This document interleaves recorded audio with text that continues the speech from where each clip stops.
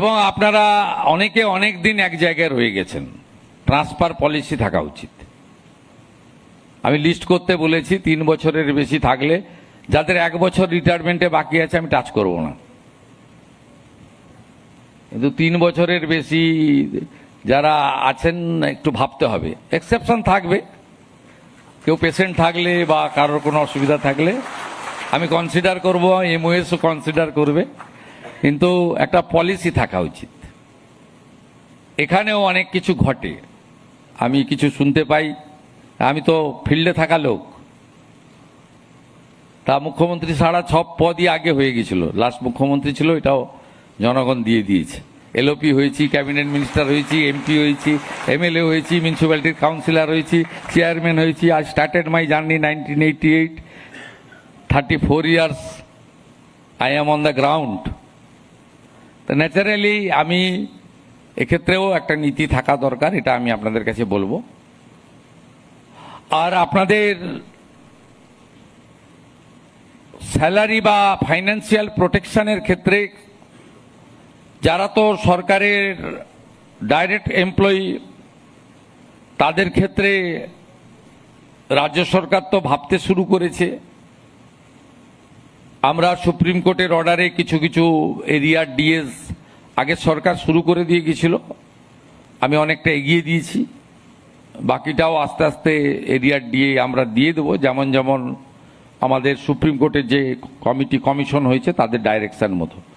আমরা প্রথম 8 থেকে 15 আগের সরকার কিছু দিয়ে গেছিল, আমি এসে অনেকটা দিয়ে দিয়েছি, বাকি 15 থেকে 19 এটা আন্ডার প্রসেস আছে। রিটায়ারমেন্ট লোকদের আগে দিচ্ছি, দিয়ে আস্তে আস্তে করে দেবো।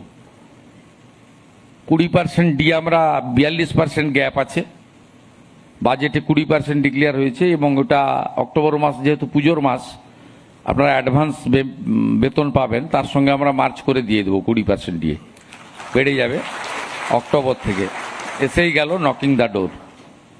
পে কমিশন 7th বানিয়ে দিয়েছি, ওই টার্মস অ্যান্ড রেফারেন্স তৈরি হয়ে গেছে, তার ডিসকাশন চলবে। মাস 6 তো মিনিমাম লাগে, যখনই দিয়ে দেবে আমি চেষ্টা করবো এই ফাইন্যান্সিয়াল ইয়ারের শেষের দিকে হলেও 7th পে কমিশন। এর আগেও যে 6th পে কমিশন হয়েছে সেটা আমি তখন উদ্যোগ নিয়ে করেছিলাম।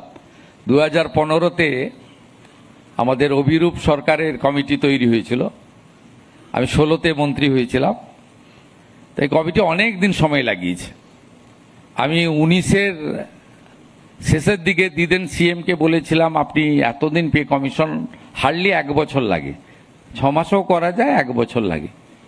আমাকে তখন উনি বলেছিলেন যে অর্থমন্ত্রী বলছেন যে কমিশনের রিপোর্ট রেডি নেই। আমি ভুল কথা বলছি, আপনি কমিশনের চেয়ারম্যানকে জিজ্ঞেস করুন। তো উনি জিজ্ঞেস করেছিলেন আমার সামনে ডেকে, কমিশনের বলেছিলেন যে অর্থমন্ত্রী বলেছেন যে রিপোর্টটা জমা দিতে না, টাকা নেই। তা আমি বললাম যে এটা আপনি দিয়ে দেন। তা সেই মতো 2020 জানুয়ারিতে 6th পে কমিশন আপনারা পেয়েছিলেন, কিন্তু তাতে ডিএ আপনার তুলে দেওয়া হয়েছিল। এটা তো পরে সুপ্রিম কোর্টের লড়াই, এটা আপনাদের ডিমান্ড, একবারে 60 থেকে শুরু করে সুপ্রিম কোর্ট সব জায়গায় জিতেছেন আপনারা। আমারও একটু ছোটোখাটো রোল পিছনে ছিল। যাই হোক, আপনাদের কারোর কোনো অসুবিধা হবে না। আর বাকি যারা থার্ড পার্টি পাচ্ছেন, ওয়েবেলে